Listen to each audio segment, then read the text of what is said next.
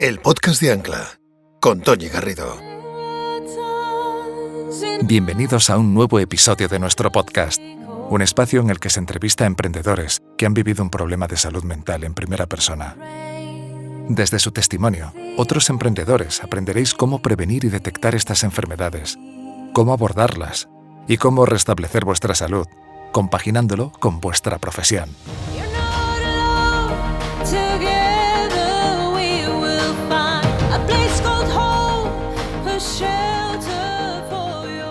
Pepita Marín nació en Madrid en 1987. Estudió un doble grado de empresariales en ICADE, los 2 primeros años en Reims, en la Reims Management School y los 2 últimos años en Madrid. Comenzó a trabajar en prácticas como analista en Oliver Wyman y después, en 2009, como auditora en PricewaterhouseCoopers, donde conocería a Alberto Bravo, su futuro socio. Es en ese momento que entra en Price, cuando Pepita ya tenía la idea de lo que sería su futuro negocio, de We Are Knitters. Se convocó un concurso de emprendimiento en IDEA de la Asociación de Antiguos Alumnos de ICADE. Así que se presentaron y Exaequo lo ganaron. Si se montaba el negocio, les hacían entrega de 10.000 euros. Así que Pepita y Alberto en 2011 fundan WAC, como e-commerce de kits para tejer, arrancando con el dinero del premio. Con ese dinero hicieron su primer pedido de lana, se enamoraron de su proyecto y creían en él al 200%, aunque por aquel entonces nadie apostaba un duro por él. Hoy The We Are Knitters es un fabuloso caso de éxito, que ha alcanzado la rentabilidad, llegando a facturar 15 millones de euros.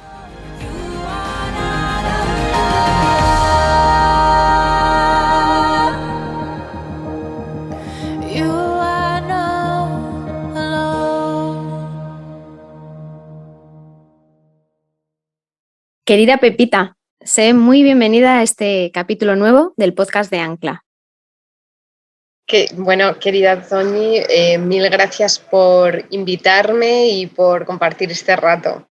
Tengo que agradecerte un montón que estés aquí y todo el tiempo que me has dedicado, que sé que eres una persona extremadamente ocupada y lo valoro muchísimo. Te lo prometo que sí. Además he sido muy pesada y lo valoro todavía más por eso que no me hayas mandado por ahí. No, nada, perdóname a mí por el lío, los desastres, ocupada y un poco desastrosa, o sea que... Pero lo importante es que estás aquí. Así que vamos a empezar, si quieres, ¿te parece? Vamos a ello. Y vamos a ir al meollo del asunto. ¿Por qué te lanzaste a emprender, Pepita? Bueno, es una pregunta que a lo largo de estos 11 años que llevamos emprendiendo, pues imagínate que me la han hecho pues 1000 veces, si no son 2000.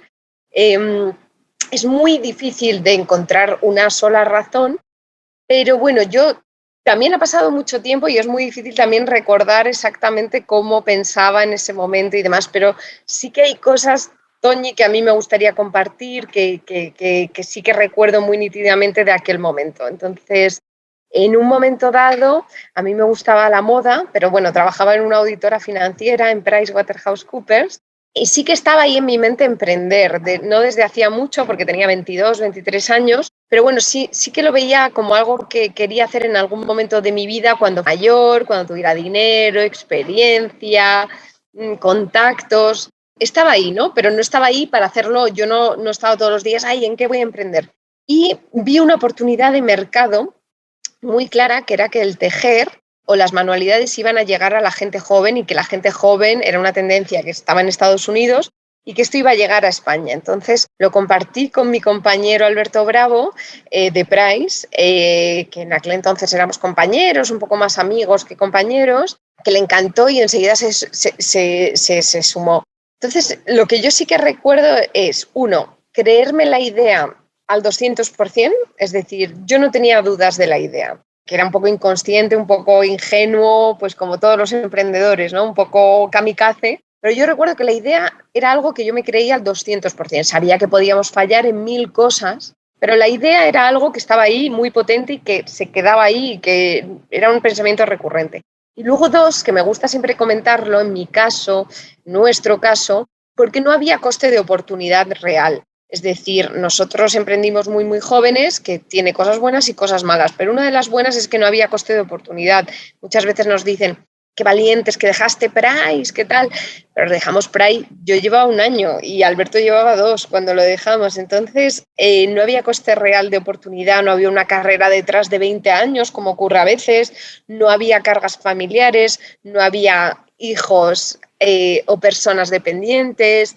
El coste de oportunidad era realmente muy bajo y es una de las grandes suertes que yo he tenido. Vale, pero luego hablaremos que esa suerte para la empresa y para We Are Knitters no fue tanta suerte para ti a nivel personal. Ahora lo vamos a ver. Me decías que emprendiste contra todos. Nadie apostaba por vuestra idea ni por lo que estabais haciendo. Vivisteis en un entorno, ¿no?, personal bastante poco comprensivo y no os tomaban en serio y a la vez ponían el listón de la exigencia muy alto porque, como tú misma dices, salisteis de Price para crear WAC. Hasta criticaron que os apoyase vuestro inversor de capital riesgo. Cuéntame qué emociones experimentan en esos momentos como consecuencia de todo eso. Pues es cierto, Toñi, que nosotros, en realidad, hay que pensar que fue hace casi 12 años, nadie... Ahora más o menos las manualidades, bueno, y en parte gracias a We Are Knitters, es de decir, están un poquito más de moda, pero hace 12 años era un poco una idea muy marciana.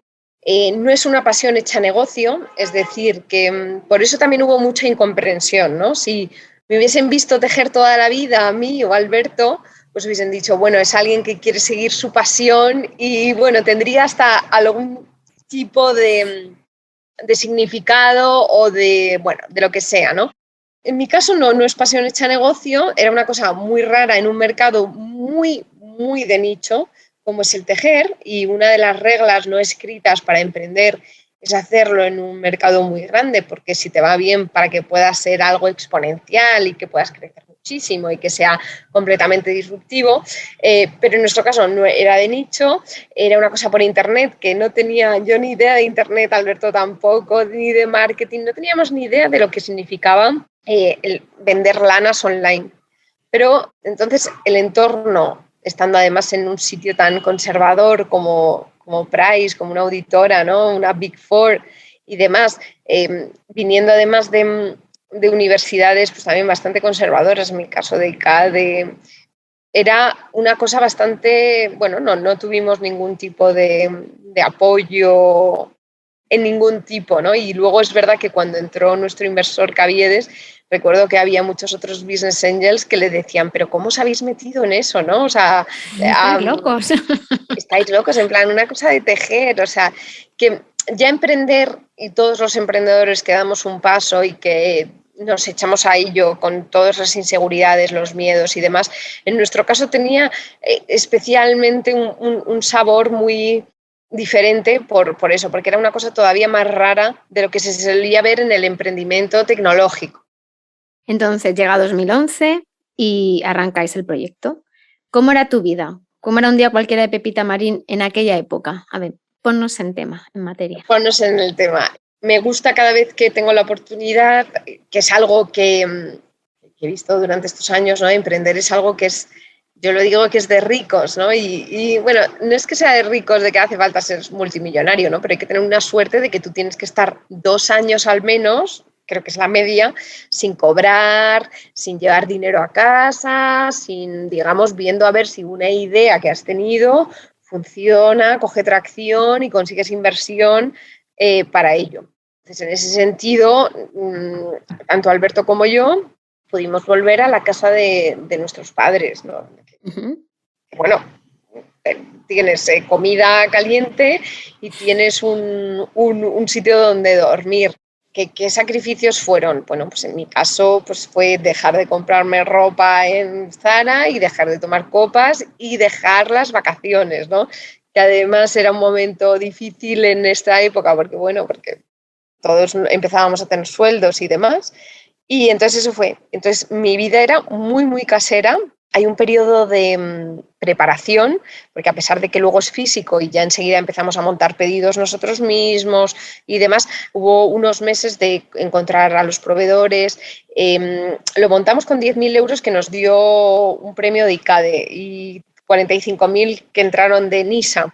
Y todo ese dinero fue a comprar lanas, que es el problema que tenía en aquel entonces nuestro negocio y el que sigue teniendo, ¿no? Que es la financiación del circulante, el cómo compras la lana, que tarda 5 meses en producirse, que tiene unas cantidades mínimas importantes y demás. Entonces, todo ese dinero prácticamente fue a comprar la lana. Entonces, el resto lo hicimos todos nosotros, sin saber. Entonces, las fotos, Wix.com. Entonces, Y además yo soy muy nocturna, soy búho, como se llama, ¿no? Yo me activo mucho a la noche, entonces yo por las noches me quedaba hasta muy tarde pues preparando la web, hablando con proveedores que además estaban en Perú y luego pues me levantaba no especialmente pronto, antes en Prime pues me levantaba muy pronto, no especialmente pronto, entonces pues alguna vez mi madre que dijo, bueno, es que tengo aquí a una nini en casa, ¿no? Que se me levanta a las 10 de la mañana, que no trae, que no cual.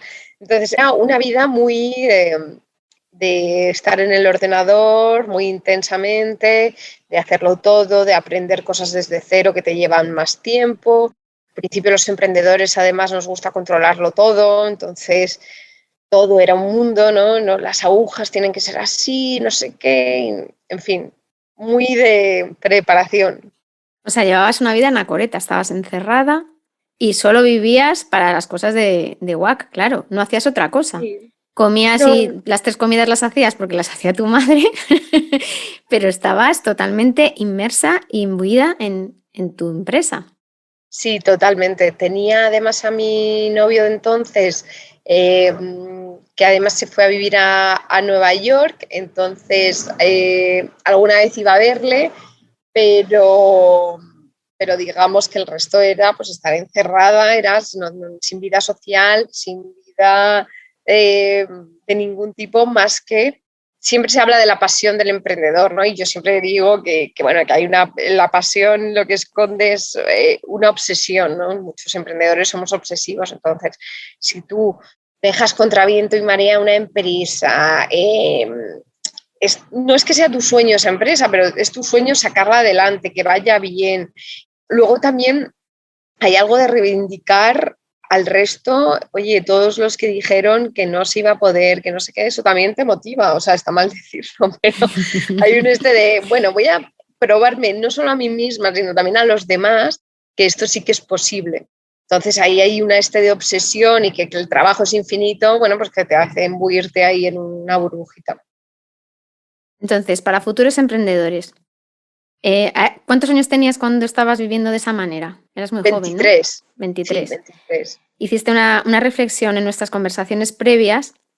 Me decías que de los 20 a los 30 viste como un sprint lo que es en realidad una maratón. Una de las primeras y más importantes conclusiones a la que llegaste es que es un error emprender tan joven. O sea, me parece muy importante lo que dijiste, la excesiva juventud es algo muy positivo para afrontar la aversión al riesgo, que lo acabas de comentar.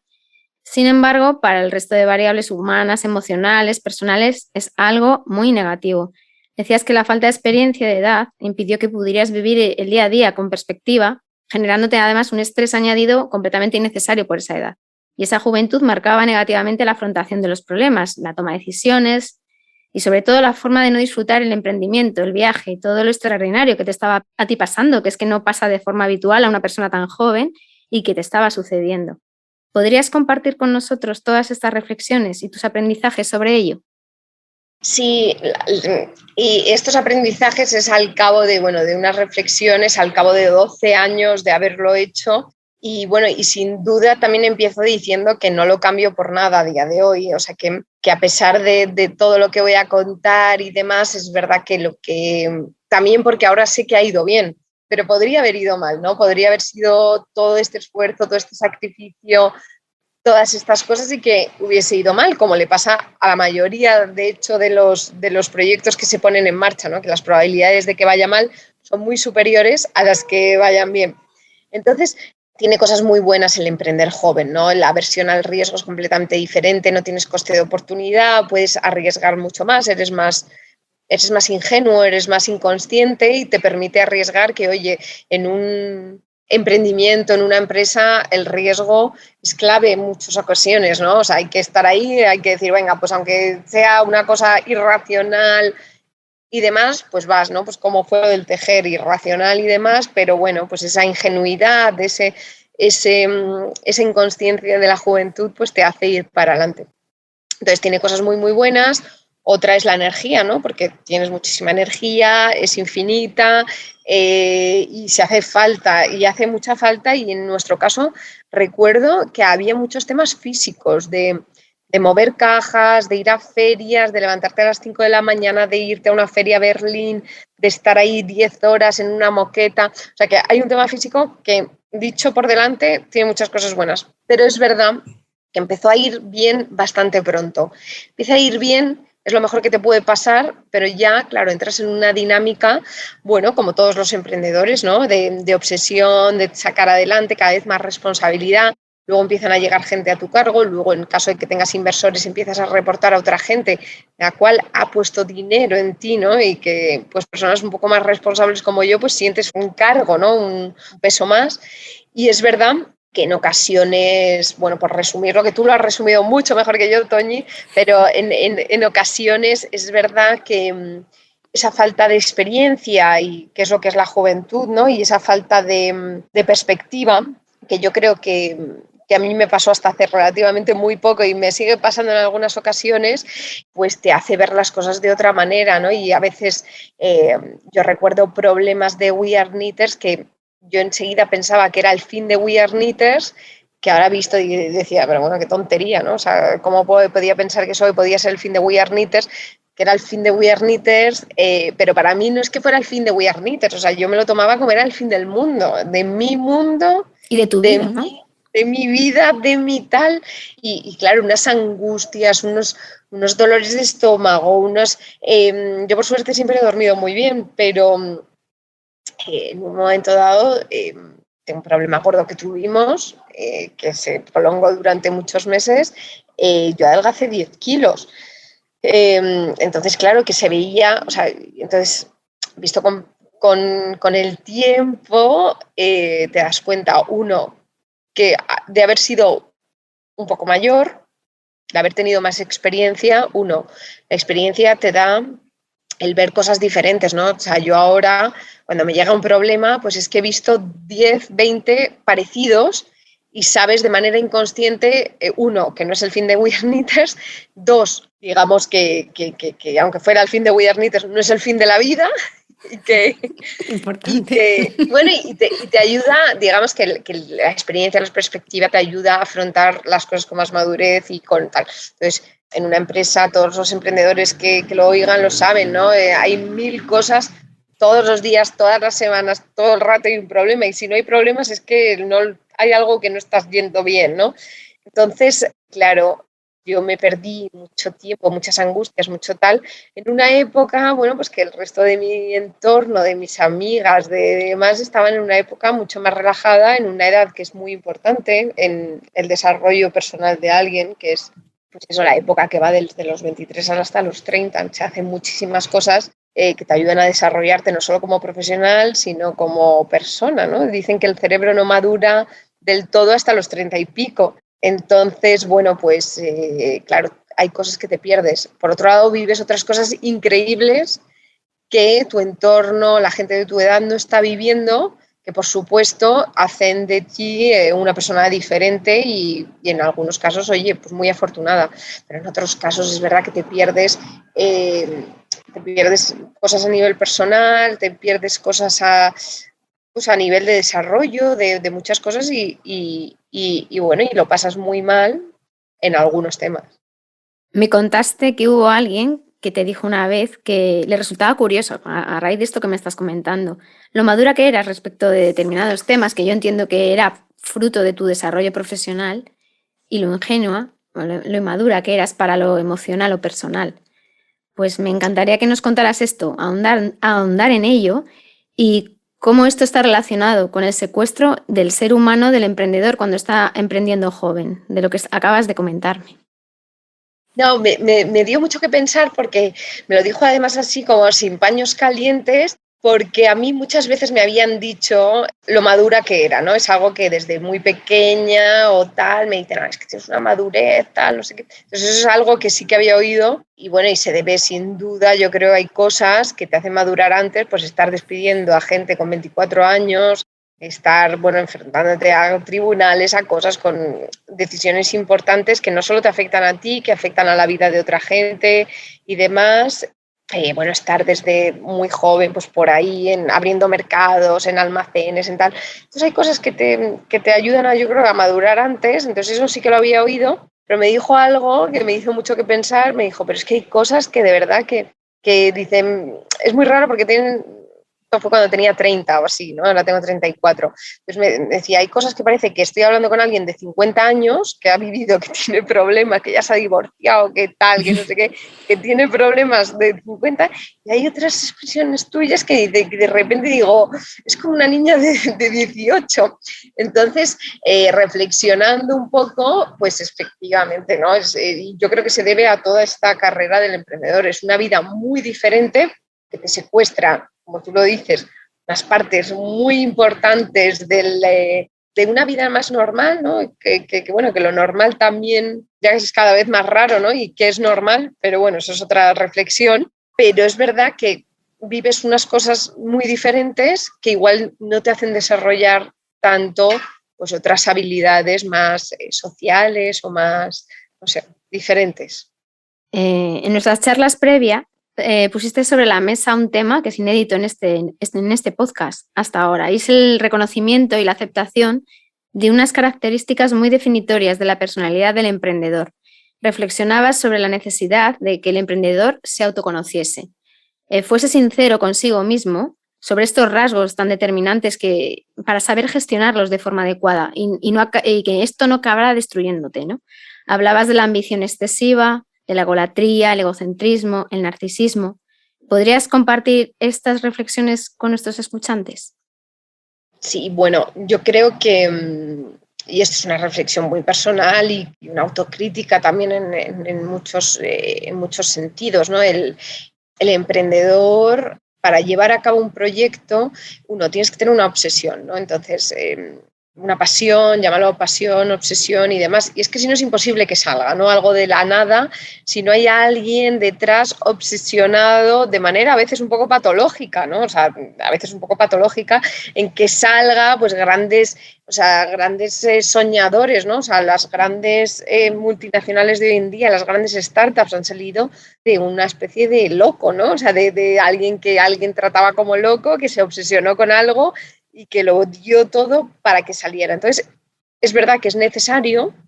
Luego llega un momento, ¿no? que el mundo del emprendimiento, bueno, que yo he estado muy metida en él, pero en ocasiones he sido bastante crítica, en el sentido que, bueno, los emprendedores y sobre todo los que llegan a tener éxito, los que llegamos en algún momento a tener éxito, es verdad que hay un punto de egocentrismo, de egolatría, pero que es normal, ¿no? O sea, al final es como un actor, pues un actor es que necesita ser narcisista, ¿no? O sea, es que lo hablábamos, ¿no? Claro, es su lo carácter, necesita, claro. Es parte, porque si no, no sería actor. Entonces, eso es. Si no, no sería actor. Entonces, o los artistas en general, los artistas en general, ¿no? los plásticos, claro.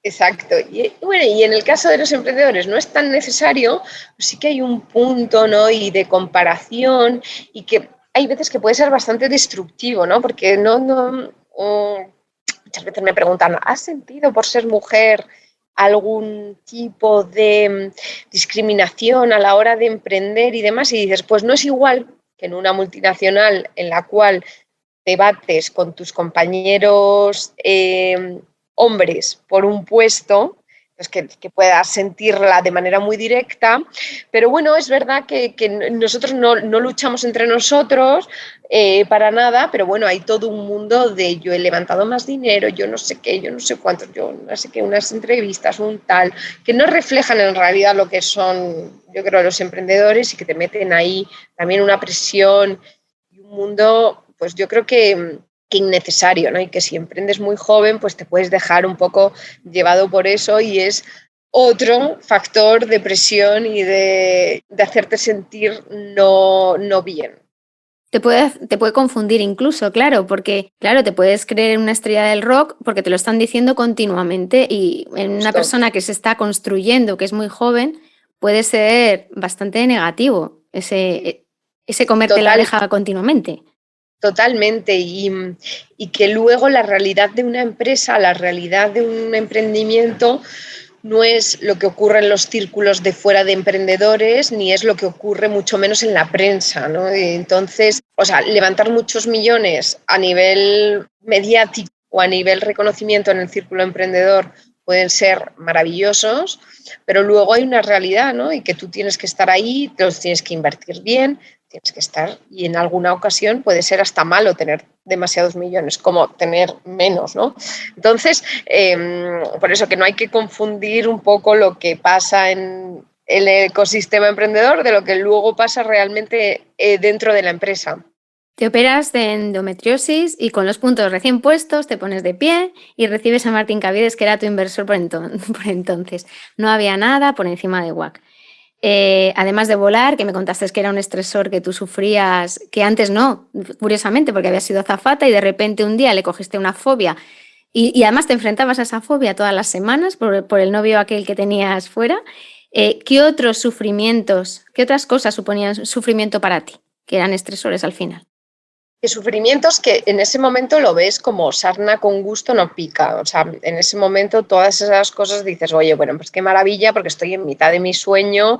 Esto, bueno, son cosas que hay que pasar y que todo el mundo pasa. Pero sí que es verdad que de repente le cogí una fobia a los aviones horrorosa, que yo ya había hasta normalizado esa fobia. Yo cada vez que despegaba un avión lloraba. Y no es que no los cogiera.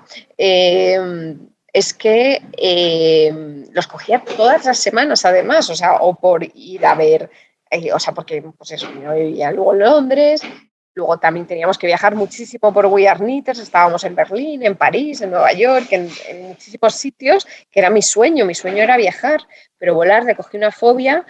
En un avión que estuve con Alberto, mi socio, que me vio, que fue de Londres a Berlín, me acuerdo perfectamente, me vio el numerito que monté, tomándome una pastilla, tomando tal, ahí todo el avión mirándome, y me dijo, oye, ¿por qué no te lo miras? ¿Por qué no te lo haces mirar?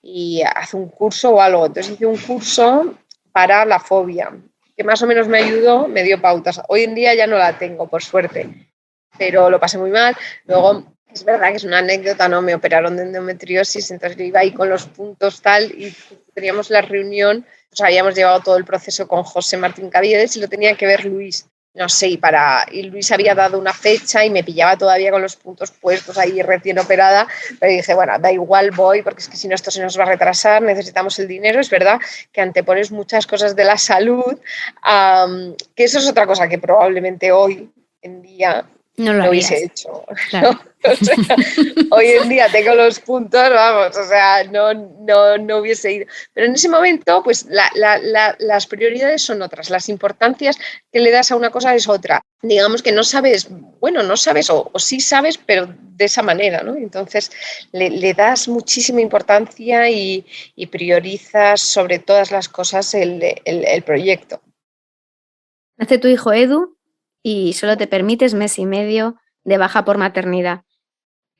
Clamas tú sobre la culpa en las emprendedoras, en las directivas y profesionales de responsabilidad. Me encantaría que abordásemos en este podcast la culpa como un estresor específico de las mujeres, de cómo lo has vivido y de cómo con el tiempo has aprendido a gestionarlo. No, y es un tema que me encanta y me encanta hablarlo y me encanta hablarlo muy abiertamente porque sigue siendo un tabú en muchas ocasiones, incluso con directivas, cuando les preguntas sobre la maternidad, si ha frenado y demás, notas que hay veces que responden muy alegremente y muy abiertamente y hay veces que notas que sigue siendo un poco un tabú, ¿no? Por no sentirnos estigmatizadas o respecto a los hombres o no sé bien. Entonces, a mí me encanta hablarlo y me encanta compartir mi experiencia desde el punto de vista de una absoluta privilegiada, porque en ese sentido, antes de que naciera mi hijo, yo le dedicaba todas las horas que estaba casi despierta a We Are Knitters y ya me organizaba bastante mal y ya no me daba tiempo para mí, para mis cosas, para mi vida. Y decía, ¿cómo lo voy a hacer con un niño? ¿No? O sea, para mí me parecía como completamente imposible. Luego te das cuenta que no solo no es posible, sino que incluso, bueno, hay veces que te mejora porque, bueno, porque te hay ideas de lo que es la empresa, que estar todo el día pensando We Are Knitters no era lo bueno. Pero bueno, aún así, yo durante un tiempo nació Edu en 2015, cuando los inversores llevaban 1 año y medio invertidos y cuando We Are Knitters crecía pues a más del 150%, que era una locura, crecía, era en un momento especialmente turbulento, no era un tiempo. Y entonces Volví porque, yo quise volver, porque vi que era el momento. Al principio incluso me llevaba el niño a la oficina, que era un desastre, tenía ahí una cuna, tenía tal, ahora lo pienso y digo, madre mía, qué desastre, ¿no? Pero me llevaba ahí el niño, le daba la teta, no sé qué. Pero bueno, fueron unos meses de adaptación y como dices, yo tenía mucha culpa y sobre todo cuando empecé a viajar, pero que no solo yo creo que le pasa al 95% de las mujeres. Cuando estás con el niño te sientes culpable porque dices, tendría que estar en la oficina, tendría que estar tal, tendría que estar viajando, tendría que estar tal. Cuando estás en la oficina te sientes culpable, o cuando estás en una reunión o en un viaje te sientes culpable porque sientes que tienes que estar con el niño, que el niño está ahí solo, que está con una chica o que está con no sé quién.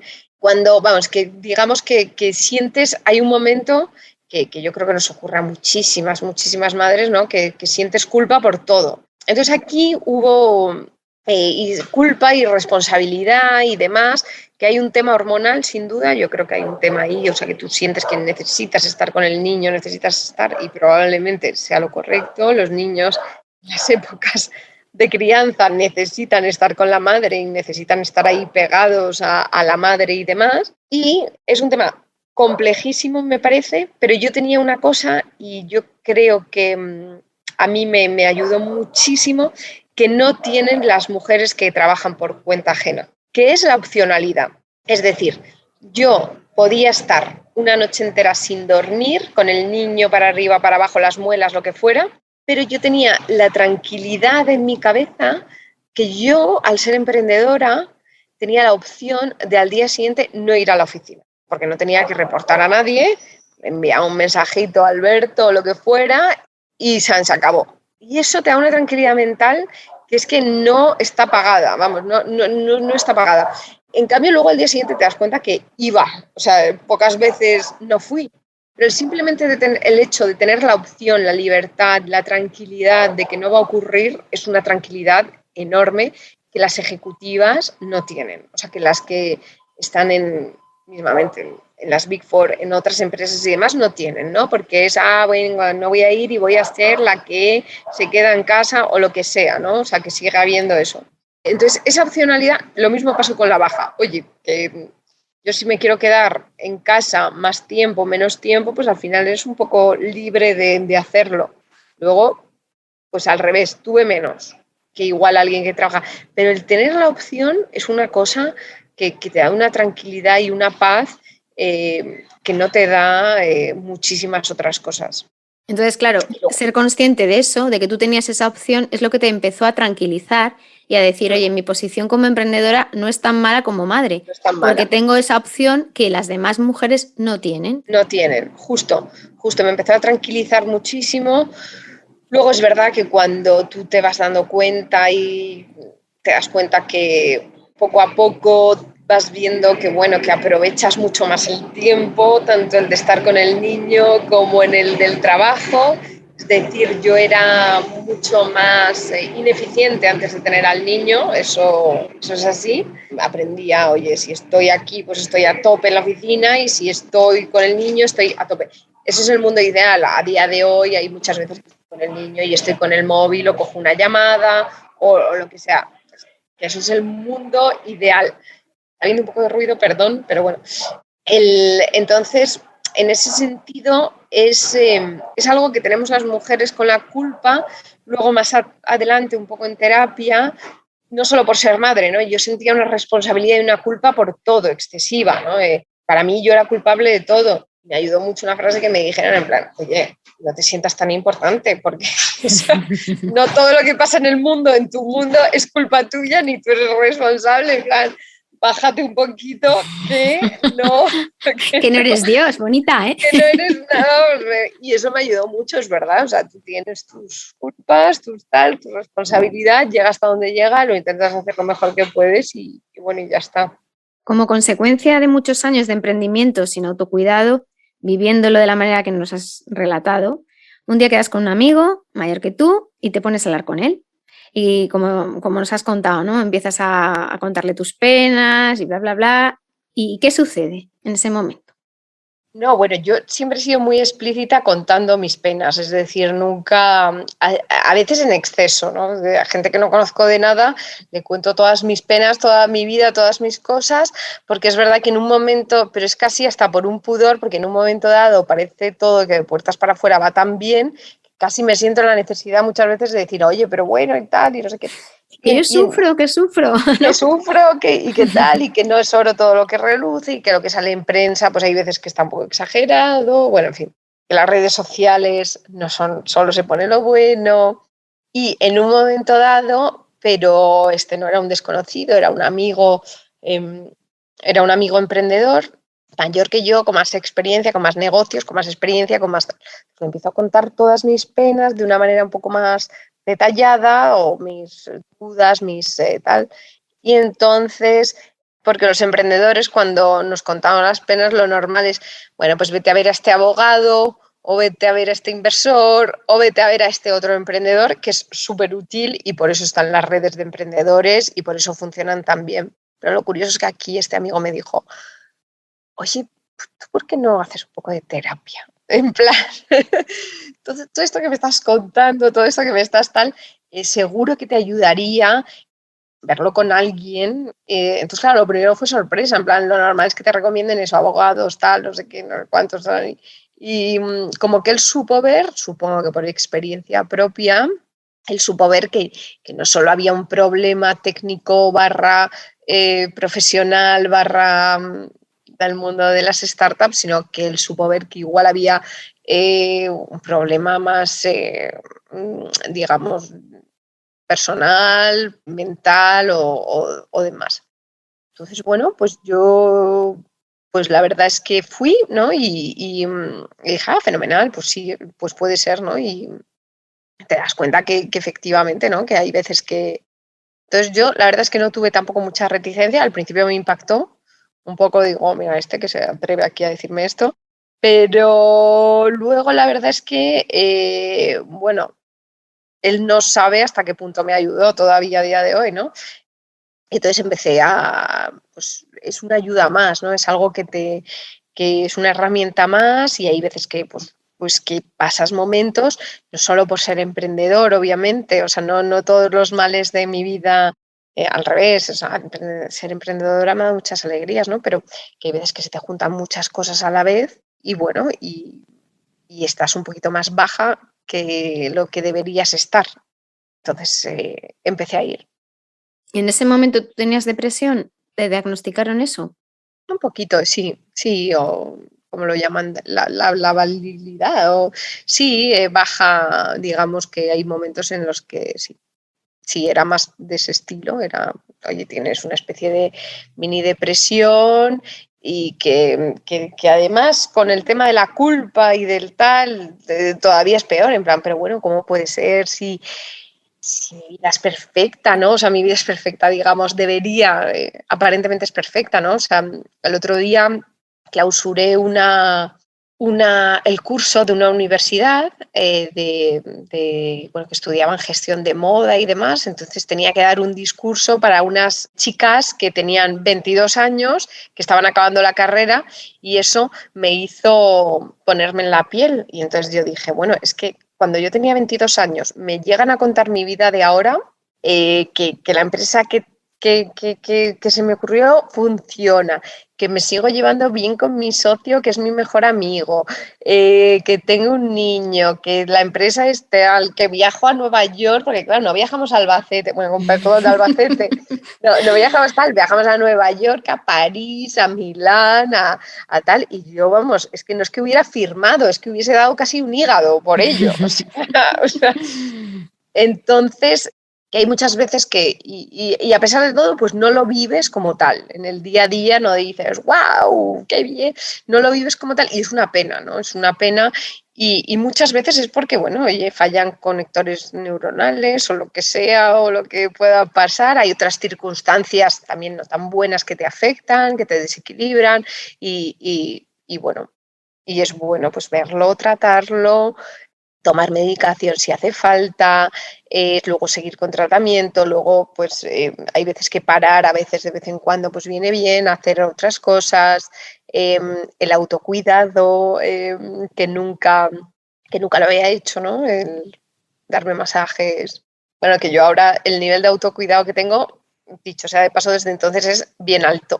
O sea que es bien alto y a veces hasta me avergüenza un poco, pero es verdad que Otra vez con la culpa, no, Pepita, por Dios.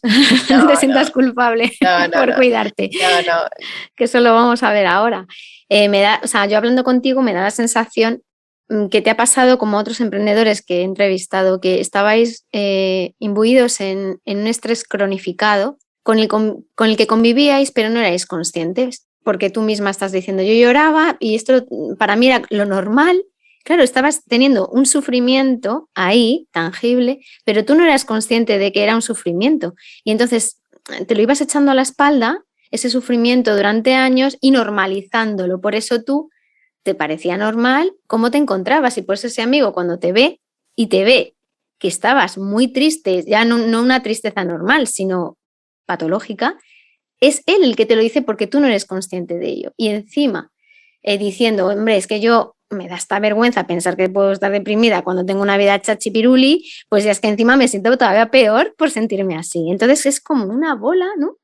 Que se va Es un haciendo. círculo vicioso que es muy difícil, es muy peligroso, ¿no? Y luego también que yo lo cuento muy abiertamente, pero incluso ahora mismo me está costando, o sea, no es algo porque siempre te queda ahí el que pensarán, la debilidad, el tal, no sé qué, en plan, esas cosas, también hay unas cosas de las generaciones anteriores, en plan, de esas cosas no se cuentan. Sí, la estigmatización de la salud mental. De la salud mental, esas cosas no se cuentan. O sea, yo sé que si esto lo oye mi madre, vamos, monta un pollo que dice, esto no se cuenta, y menos en público.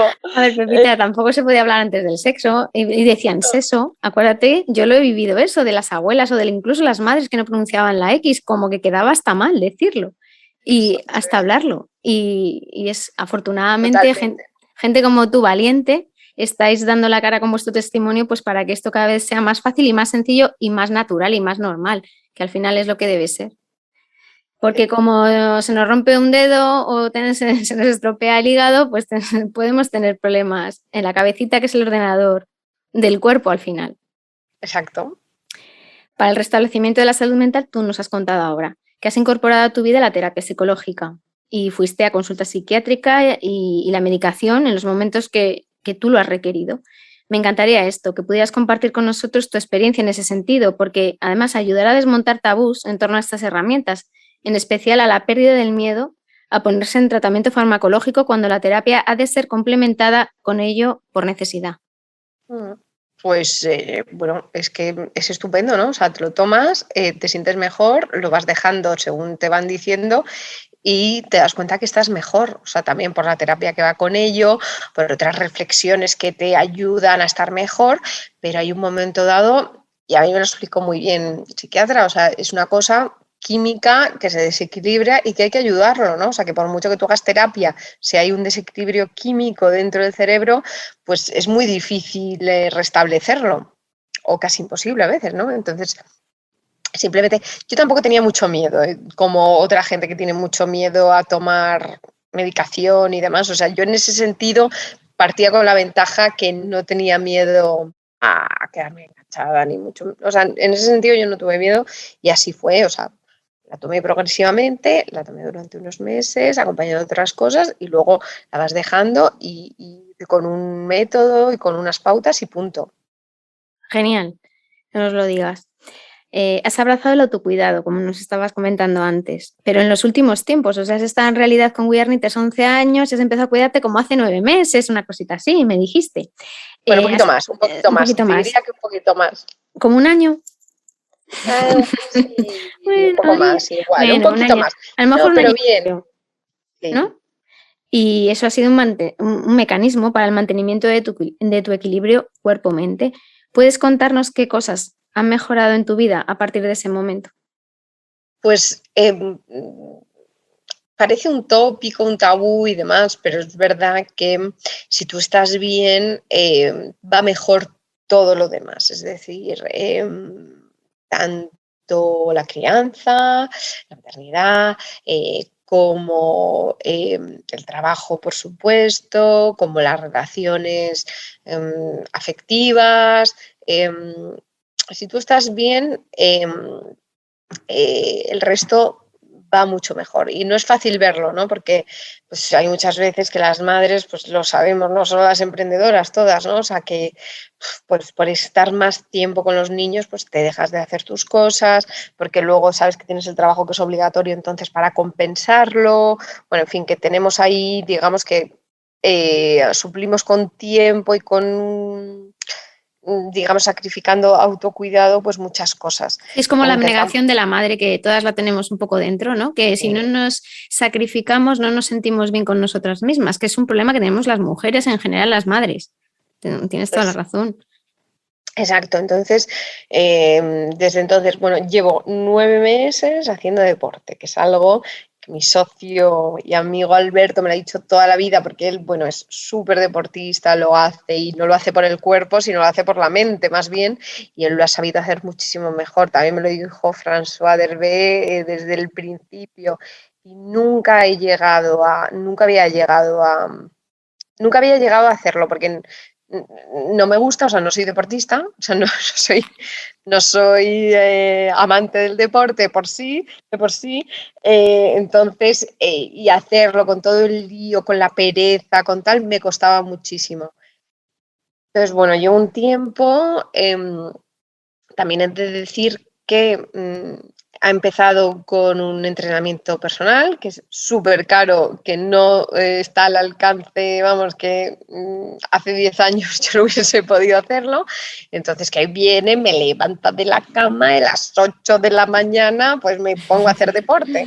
Entonces, y te mejora todo, ¿no? Te mejora la mente, ese día estás mucho mejor, estás más activo, luego empiezas a ver beneficios en el cuerpo que lo ves más bonito y también te ayuda. Digamos que es brutal. Sigue sin encantarme, es decir, o sea, cuando llega por la puerta, lo que estoy esperando es que se vaya. O sea, no es en plan, o sea, no he pasado de 0 a 100 de uy, qué maravilla hacer deporte y tal, no. O sea, reconozco lo positivo que tiene y hago el esfuerzo pues por levantarme y demás. En un futuro la idea es que yo misma me levante, me haga yo mi deporte solita y punto. Pero bueno, paso a paso. Pues eso muy bien. Autocuidado físico, yo entre que me gusta un poco el look masculino y que, bueno, lo vas dejando, una época pues que aparecía un chiquito, o sea, que parecía un niño de 10 años. Entonces, ¿sabes? El autocuidado más, puede parecer muy frívolo, pero ayuda mucho, ¿no? Y, pues, Hombre, verse uno bien favorece mucho el ánimo, desde luego. Sí, no, pintarte más, tal, todas estas cosas, o que puede parecer muy vanidoso, pero todas estas cosas ayudan. En todos los vídeos que tengo de los 25 a los 27 años que me hicieron una barbaridad, salgo en todos sin maquillar, hecho unos zorros y tal, y ahora los veo y digo, qué pena. Con lo guapa que yo era entonces, que era tan joven. Con lo joven que era lo tal. Entonces ahora pues intento cada vez que tengo un vídeo tal, pues ponerme un poco más mona. Bueno, pues cosas así, el tener tiempo sobre todo.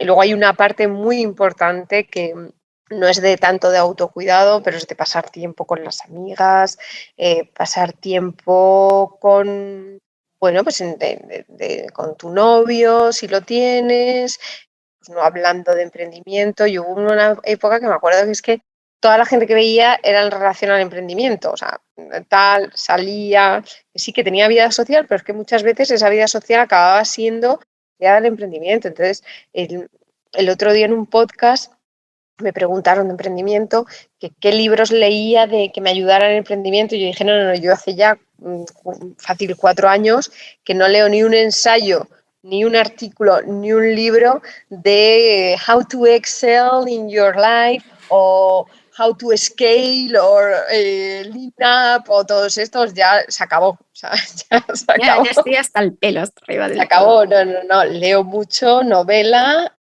cosas que no tienen nada que ver con el emprendimiento. Entonces, que hay veces que se vuelve. Entonces, es verdad que salir un poco del mundo, que puede ser en ocasiones muy endogámico, que no solo le pasa al mundo del emprendimiento. O sea, a todos los mundos profesionales.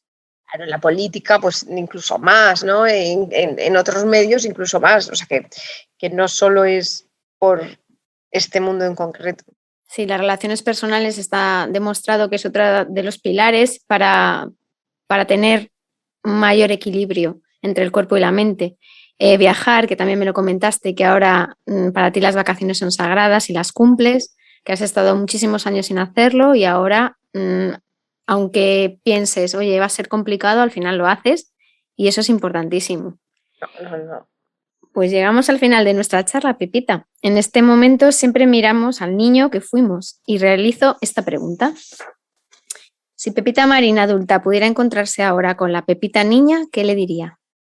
Yo creo que muchos le diríamos lo mismo, que es que tuviera más confianza, ¿no? Que es verdad que yo era muy insegura de pequeña, pues probablemente, bueno, fui a un colegio muy, muy exigente, muy elitista a nivel intelectual y tal, entonces me marcó un poco y es verdad que yo diría que hay que tener, que tuviera más confianza visto lo que ha pasado, ¿no? Visto esto, ¿no? Pero es verdad que la parte de la confianza pues ayuda mucho a que las cosas salgan bien y bueno, está bien estar inseguro y tal y reconocer los puntos débiles y la parte más humilde, pero que es verdad que yo sin duda iría más por ese tema, por ese lado.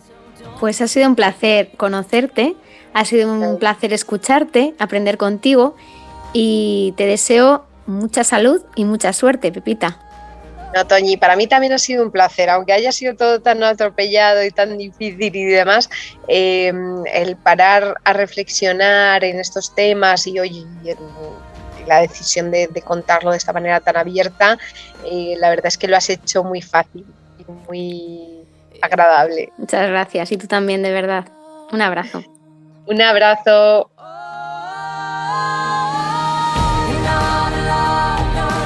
Hasta aquí el episodio del podcast de Ancla. Esperamos que os haya gustado. Muchas gracias a vosotros, que estáis del otro lado, por oírnos. En el próximo episodio volveremos a escuchar a un nuevo emprendedor con su propia historia de equilibrio cuerpo-mente que contar. Seguidnos en nuestra web ancla.life y en nuestras redes sociales para descubrir de quién se trata.